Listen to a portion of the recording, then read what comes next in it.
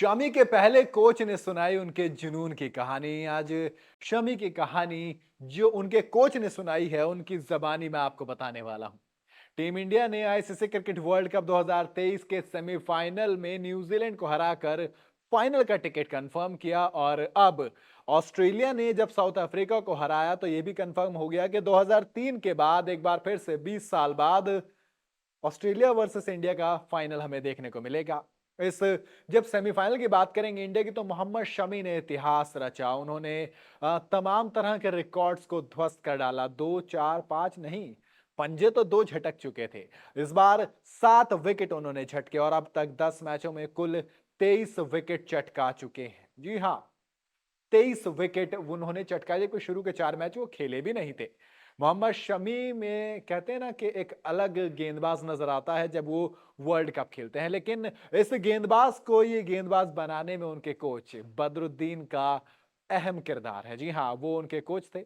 अगर बात करूं उनकी, तो उन्होंने कहा कि शामी 13 से 14 साल की उम्र में रोजाना अमरोहा से 25 किलोमीटर दूर मुरादाबाद के सोनकपुर स्टेडियम में बदरुद्दीन से कोचिंग लेने आता था। बदरुद्दीन ने कहा कि आज तक मैं इस बात को नहीं भूला। उन्होंने कहा कि शमी के पिता उन्हें 2002 में सोनकपुर स्टेडियम लेकर आए थे।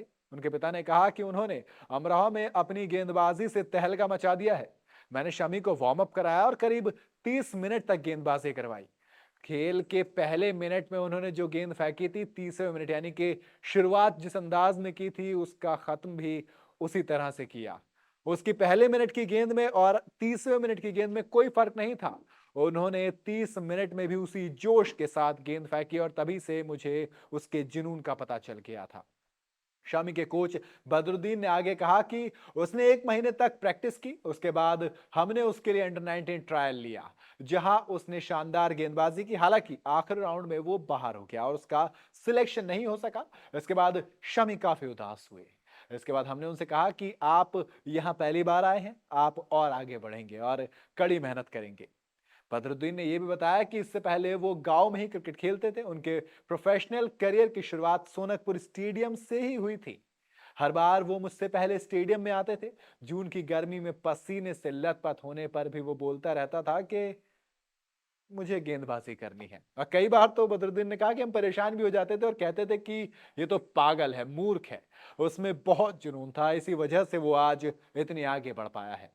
ये वर्ल्ड कप है, इसमें सब कुछ देखना होगा। शुरुआती दौर में जो संदेश दिए गए थे, उसकी वजह से शमी को मौका नहीं मिला, लेकिन फिर जब हार्दिक पांड्या इंजर्ड हुए तो हमारी टीम के लिए बहुत बुरा हुआ था।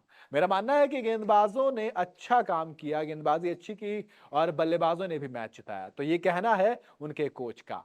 अब जब कोच ये कहता है तो शायद उससे अच्छा जवाब कोई और नहीं दे सकता, क्योंकि वो इंसान होता है जो न सिर्फ आपको एज अ बॉलर बल्कि एज अ इंसान, एज अ जुनून आपका देखा है उसने। उसने आपकी डेडिकेशन देखी, उसने सब कुछ देखा है और शायद उनसे बेहतर शमी को कोई नहीं जानता। और ये वही शमी है जिनके लिए पूरा हिंदुस्तान चीयर करता है। किसी एक शख्स की जरूरत नहीं। कहते होंगे बहुत के मेरे लिए मैदान में वो बैठा था, मेरे लिए मैदान में फलाना बैठा था।